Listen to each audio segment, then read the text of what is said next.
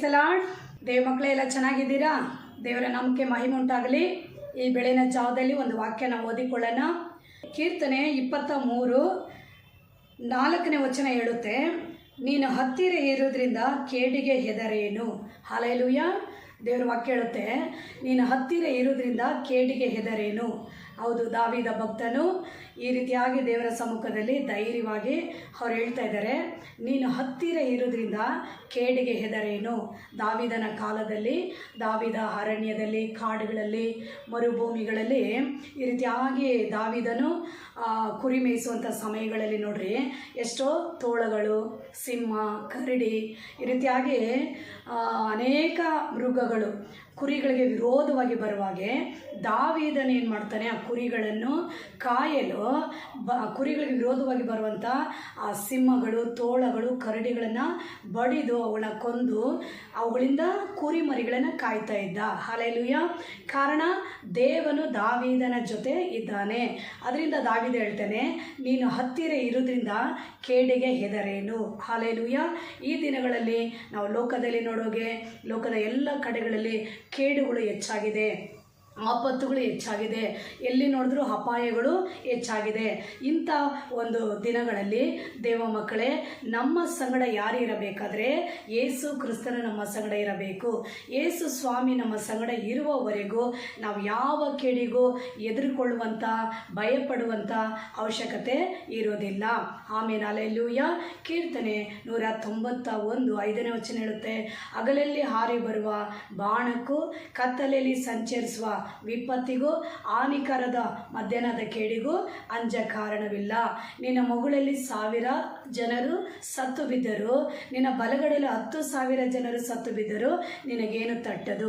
ನೋಡಿದ್ರೆ ಈ ದಿನಗಳಲ್ಲಿ ಹಗಲಲ್ಲಿ, ಮಧ್ಯಾಹ್ನ, ಸಂಜೆ, ರಾತ್ರಿ ಈ ರೀತಿಯಾಗಿ ನಾನಾ ವಿಧವಾದ ಕೇಡುಗಳು, ಆಪತ್ತು ಈ ಭೂಮಿಯ ಎಲ್ಲ ಭಾಗಗಳಲ್ಲಿ ಉಂಟು. ದೇವ ಮಕ್ಕಳೇ, ಇಂಥ ಒಂದು ದಿನಗಳಲ್ಲಿ ನಾವು ದೇವರ ಆಶ್ರಯದಲ್ಲಿರಬೇಕು, ದೇವರ ರೆಕ್ಕೆಯ ನೆರಳಲ್ಲಿರಬೇಕು. ಆತನ ಸಮ್ಮುಖದಲ್ಲಿ, ಆತನ ಕರಗಳಲ್ಲಿ ನಾವು ಇರುವುದಾದರೆ ಯಾವ ಕೇಡು ನಮ್ಮನ್ನು ಮುಟ್ಟಲು ಸಾಧ್ಯವಿಲ್ಲ. ಸೈತಾನಾದವನು ಈ ದಿನಗಳಲ್ಲಿ ದೇವರ ವಾಕ್ಯ ಹೇಳುತ್ತೆ, ಯೋಹಾನ 10:10, ಕಳ್ಳನ್ನು ಕದ್ದುಕೊಳ್ಳುವುದಕ್ಕೂ ಕೊಯ್ಯುವುದಕ್ಕೂ ಹಾಳು ಮಾಡುವುದಕ್ಕೂ ಬರುತ್ತಾನೆ ಹೊರತು ಮತ್ಯಾವುದಕ್ಕೂ ಬರುವುದಿಲ್ಲ. ನಾನು ಅವಳಿಗೆ ಜೀವ ಇರಬೇಕು, ಅವಳು ಸಮೃದ್ಧಿಯಾಗಿರಬೇಕೆಂದು ಬಂದೇನೆಂದು ಹೇಳ್ತಾರೆ. ಸೈತಾನು ಹಾಳು ಮಾಡೋಕ್ಕೂ ನಾಶ ಮಾಡೋಕ್ಕೆ ಬರ್ತಾರೆ, ಆದರೆ ಯೇಸು ಜೀವ ಇರಬೇಕು, ಸಮೃದ್ಧಿಯಾಗಿರಬೇಕೆಂದು ಬಂದನು. ಆಮೇಲೆ ಹಲ್ಲೆಲೂಯಾ. ಯೇಸು ಸ್ವಾಮಿ ಎಷ್ಟು ಒಳ್ಳೆಯವರಲ್ವಾ.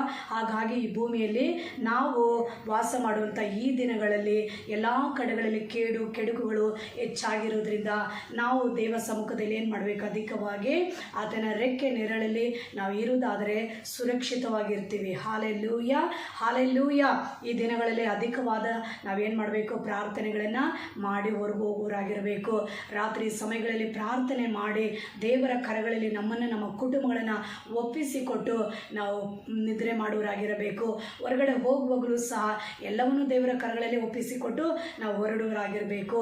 ಆತನೇ ನಮ್ಮ ಮನೆ ಸುತ್ತಲೂ, ನಾವು ಮಾಡುವ ಕೆಲಸಗಳು ನಮ್ಮ ಸುತ್ತಲೂ ಬೇಲಿ ಹಾಕಿ ಕಾದುಕೊಳ್ಳುವಂಥ ಶಕ್ತಿಯುಳ್ಳ ದೇವನಾಗಿದ್ದಾನೆ. ದೇವರ ವಾಕ್ಯದಲ್ಲಿ ನಾವು ನೋಡ್ತೀವಿ, ಸೈತಾನ ಒಂದು ಕಾಲದಲ್ಲಿ ಪರಲೋಕದಲ್ಲಿ ಹೋಗಿ ದೇವರ ಸಮ್ಮುಖದಲ್ಲಿ ಏನು ಮಾಡ್ತಾನೆ, ಯೋಬುಗೂ ಅವನ ಸ್ವಾಸ್ಯಕ್ಕೂ ಅವನಿಗೂ ನೀನು ಬೇಲಿ ಹಾಕಿದೆಯಲ್ಲ, ಹಾಗಾಗಿ ಯಾವುದನ್ನು ಮುಟ್ಟಲು ಆಗ್ತಾ ಇಲ್ಲ ಅಂದ್ಬಿಟ್ಟು ಸೈತಾನ ಹೋಗಿ ದೇವ್ರ ಹತ್ರ ಹೇಳ್ತಾನೆ. ಆಗ ದೇವ್ರ ಅಪ್ಪಣೆ ಕೊಡ್ತಾನೆ. ಅಪ್ಪಣೆ ಕೊಟ್ಟ ಮೇಲೇ ಆ ಬೇಲಿ ತೆಗೆಯಲ್ಪಡುತ್ತೆ.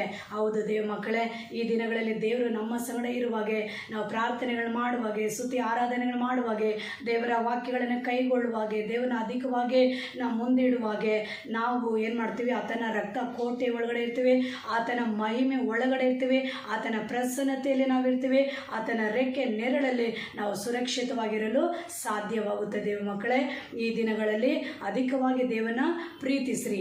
ದೇವನ ಪ್ರೀತಿ ಮಾಡೋರು ಏನು ಮಾಡ್ತಾರೆ, ಕಟ್ಟಳೆಗಳನ್ನು ಕೈಗೊಳ್ತಾರೆ, ಮುಂಜಾನೆ ಜಾವದಲ್ಲಿ ಪ್ರಾರ್ಥನೆಗಳು ಮಾಡುವರಾಗಿರ್ತಾರೆ, ದಿನವೆಲ್ಲ ಹೃದಯದಲ್ಲಿ ದೇವನ ಸ್ತುತಿಸುವರಾಗಿರ್ತಾರೆ, ದೇವರಿಗೆ ಭಯದಿಂದ ಭಕ್ತಿಯಿಂದ ಪರಿಶುದ್ಧವಾಗಿ ಜೀವಿಸುವರಾಗಿರ್ತಾರೆ. ಇವರುಗಳೇ ಹೆಚ್ಚಾಗಿ ದೇವನ ಪ್ರೀತಿ ಮಾಡುವಾಗೆ ಈ ಕಟ್ಟಳೆಗಳನ್ನು ಕೈಗೊಳ್ಳುವಾಗೆ ಈ ಕ್ರಿಯೆಗಳೆಲ್ಲ ಅವ್ರು ಮಾಡಲು ಸಾಧ್ಯವಾಗುತ್ತೆ. ಇವುಗಳೆಲ್ಲ ನಾವು ಮಾಡುವಾಗೆ ದೇವರು ನಮ್ಮ ಸಂಗಡ ಇರ್ತಾನೆ. ಆತ ನಮ್ಮ ಸಂಗಡ ಇರುವಾಗೆ ನಾವು ಯಾವ ಕೇಡಿಗೆ ಎದುರಿಕೊಳ್ಳುವಂಥ ಅವಶ್ಯಕತೆನೇ ಇಲ್ಲ. ಹಾಲೆಲೂಯ.